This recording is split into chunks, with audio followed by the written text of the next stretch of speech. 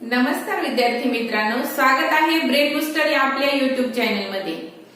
या आधीच्या व्हिडिओमध्ये आपण बघितलं अंशाधिक, छेदाधिक अपूर्णांक व पूर्णांकयुक्त अपूर्णांक म्हणजेच मिश्र अपूर्णांक म्हणजे काय व त्यावर आधारित उदाहरणेही आपण सोडवली। आज आपण पाहणार आहोत अंशाधिक अपूर्णांकाचं रूपांतर हे पूर्णांकयुक्त अपूर्णांकामध्ये कसं करायचं ते आजच्या व्हिडिओमध्ये आपण बघणार आहोत। अंशाधिक अपूर्णांक चे रूपांतर पूर्णांकयुक्त अपूर्णांकात करणे। अंशाधिक म्हणजे काय, याआधी आपण शिकलो ज्याचा अंश हा छेदापेक्षा मोठा असतो, म्हणजे त्याचा अंश मोठा छेदापेक्षा, तो अंशाधिक। आता अंश मोठा आहे म्हणून मग छेदाने काय करायचं, अंशाला भागायचं। जेव्हा आपल्याला त्याचं पूर्णांकयुक्त अपूर्णांकामध्ये रूपांतर करायचं तेव्हा आता अंश किती आपला 17, छेदाने त्याला भागायचे, छेद 4 आहे।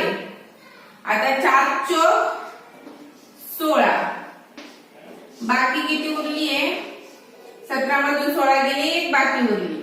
मग आता हा पूर्णांक, आता आपल्याला याचं पूर्णांकयुक्त अपूर्णांकामध्ये रूपांतर कसं करायचं, तर जो भागाकार आलाय तो आधी लिहायचा। भागाकार किती आला आपला 4 पूर्णांक, बाकी किती आली आहे 1, आणि छेद हा जसाच्या तसा लिहून टाकायचा। आपण काय केलं, भागाकार जो आला तो इथे लिहिला, बाकी जी आली ती इथे लिहिली, आणि छेद हा आधीच्या अपूर्णांकामध्ये जो छेद होता तो आपण जसाच्या तसा लिहून टाकलाय। म्हणजे अंशाधिक अपूर्णांक बरोबर भागाकार, बाकी आणि छेद हा जसाच्या तसा लिहून टाकायचा आहे। समजा आपण आणखी एक उदाहरण घेऊया। 8/7 अशा प्रकारे जर आपल्याला ह्याचं रूपांतर पूर्णांकयुक्त अपूर्णांकामध्ये करायचं तर मग आपल्याला 8 ह्या अंशाला 7 ने भागायचं। 7 1 7, पुन्हा बाकी किती उरली आहे, 1 उरली। मग आता जो भागाकार किती आला आपला 1 पूर्णांक, 1 पूर्ण आहे, 1 पूर्णांक, बाकी किती आहे 1 छेद 7। अशा प्रकारे या अपूर्णांकाचं रूपांतर, अंशाधिकचं रूपांतर आपण पूर्णांकयुक्त अपूर्णांकामध्ये केलेलं आहे। आता यावर आधारित स्पर्धा परीक्षेला विचारले जाणारी गणित आपण बघूया। तर 3/2 अधिक 5/2 अधिक 7/2 बरोबर किती। आता ह्याचं उत्तर आपण जर केलं तर त्याचा अंशाधिक अपूर्णांकामध्ये रूपांतर होईल, पण आपल्याला इथे सगळे पूर्णांकयुक्त अपूर्णांक दिले। आता बघा, आपण या आधीच बेरीज कशी करायची ते बघितलेलं आहे। अपूर्णांकाची बेरीज कशी करतो आपण, जेव्हा त्याचं छेद सारखा असेल तर फक्त अंशाची बेरीज करायची आणि छेद जसाच्या तसा लिहून टाकायचा। म्हणजे 5 अधिक 5 आणि 3 8, 8 आणि 7 15, 15/2 ही याची बेरीज झाली। बेरीज करताना छेद जसे तसा अंशाची बेरीज केली, कारण या सगळ्यांची छेद कशी आहे, सारखे समछेद अपूर्णांक आहेत म्हणून। मग आता 15/2 हे आपलं उत्तर आलं, पण आपल्याला जे ऑप्शन दिले त्याच्यामध्ये ते उत्तर आहे का, नाहीये। म्हणजे आपल्याला ह्या 15/2 चं पूर्णांकयुक्त अपूर्णांकामध्ये रूपांतर करावं लागेल, कारण हे सगळे पूर्णांकयुक्त अपूर्णांक आहेत। मग आता 15/2 चं रूपांतर 15/2 करायचं।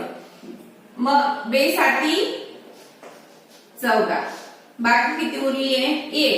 आताच आपण कसं सांगितले, आधी आलेचं भागाकार जो आला तो, बाकी 1 आणि छेद 2 जसाच्या तसा, म्हणजे आपलं उत्तर किती आलंय 7.1/2, म्हणजे चौथा पर्याय आहे 7.1/2 हे आपल्या प्रश्नाचं उत्तर आपल्याला मिळालेलं आहे। आपण काय केलं, फक्त 15/2 ला 15 ला ह्या दोन्ही भागाकार केला।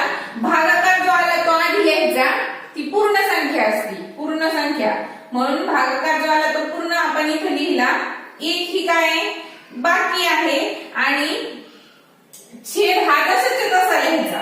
आपण 15/2 चं रूपांतर करत होतो ना, छेद इथे किती होता 2 होता, म्हणून आपण छेद उत्तरामध्ये 2 जसाच्या तसा लिहिलेला आहे। आपलं उत्तर आलंय 7.1/2। दुसरं उदाहरण बघा, 33/7 या पूर्णांकाचे पूर्णांकयुक्त अपूर्णांकात रूपांतर करा. 33/7. मग आता 33/7 चं रूपांतर आपण करूया. कसं करायचं? 33/7. आता 728. बाकी किती उरतीये? 5. 33 मधून 28 गेले, बाकी उरली 5. मग आता ह्याचं रूपांतर आपण काय सांगितलं? भागाकार जो आला तो भागाकार किती आला? इथं 4 आला, म्हणून ही 4 पूर्णांक. बाकी किती आली? 5 आणि छेद 7 ही 33/7 चं रूपांतर आपण केलं, म्हणून 7 ही जशीची तशी छेद आपण जसाच्या तसा लिहून टाकायचा. आपण आधी शिकलो, आधी काय लिहायचं? भागाकार वरती बाकी लिहायची आहे आणि खाली जो छेद आहे तो जसाच्या तसा लिहून टाकायचा आहे. अशा प्रकारे आपल्याला हे उदाहरण सोडवायचं आहे. या तिसरे उदाहरण 13/5 हा पूर्णांकयुक्त अपूर्णांकात कसा लिहा? 13/5 चं रूपांतर आपल्याला करायला सांगितले. आधीच आपण शिकलो त्याप्रमाणे 13/5 चं रूपांतर करण्यासाठी आपल्याला काय करावं लागेल?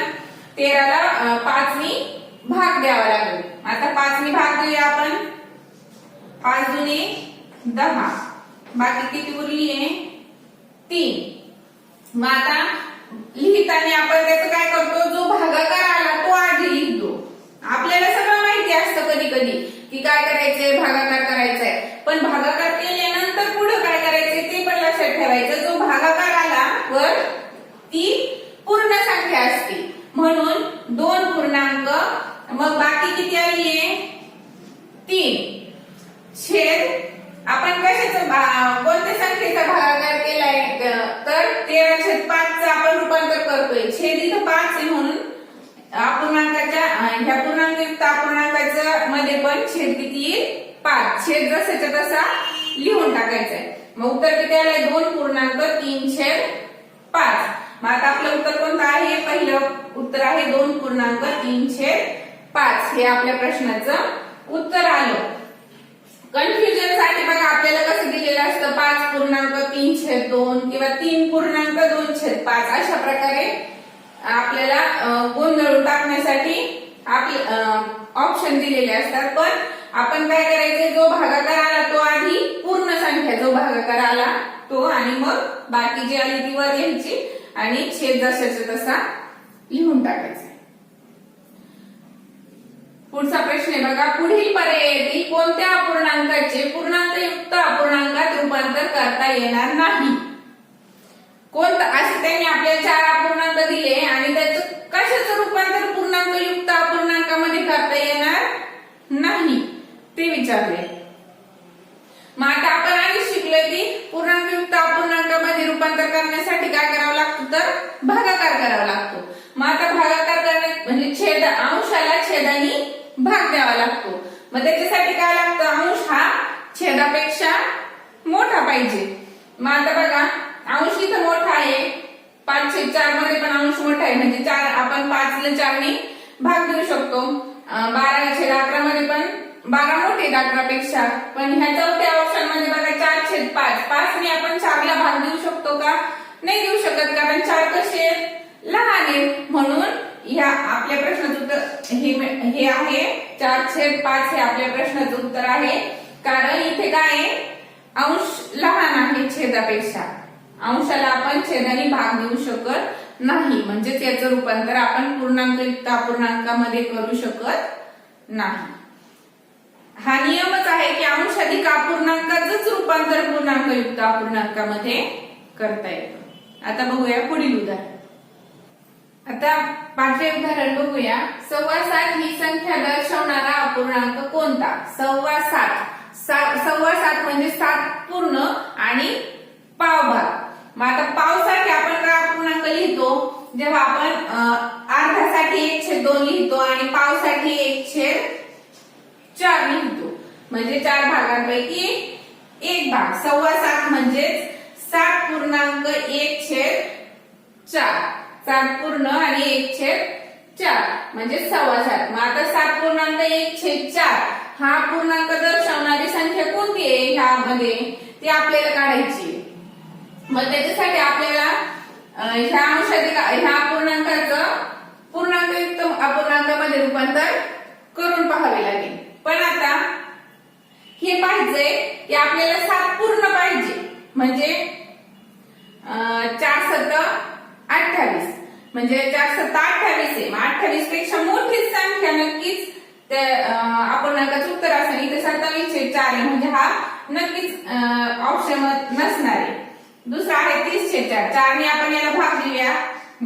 4 7 28 आणि बाकी किती उरती आहे 28 मधून 30 मधून 28 गेल्या 2 उरती आहे. मग 2/4 आपले छेद 4 आहे ना. मग आता 7.2/4 पण आपल्याला काय पाहिजे उत्तर 7.1/4. आता ह्यानी भाग देऊन बघूया. 4 7 28 उभ्या पद्धतीने भागाकार बऱ्याचदा करून पाहायचंय. 4 7 28 29 मधून 28 गेले बाकी उरली 1 आणि छेद जसाच्या तसा लिहिला. किती आलं उत्तर 7.1/4. ह्याचं जर आपण रूपांतर केलं तर हेही जास्तच येणार. किती 4 7 28 7.3/4 अशा प्रकारे ह्याचं रूपांतर मिळेल आपल्याला.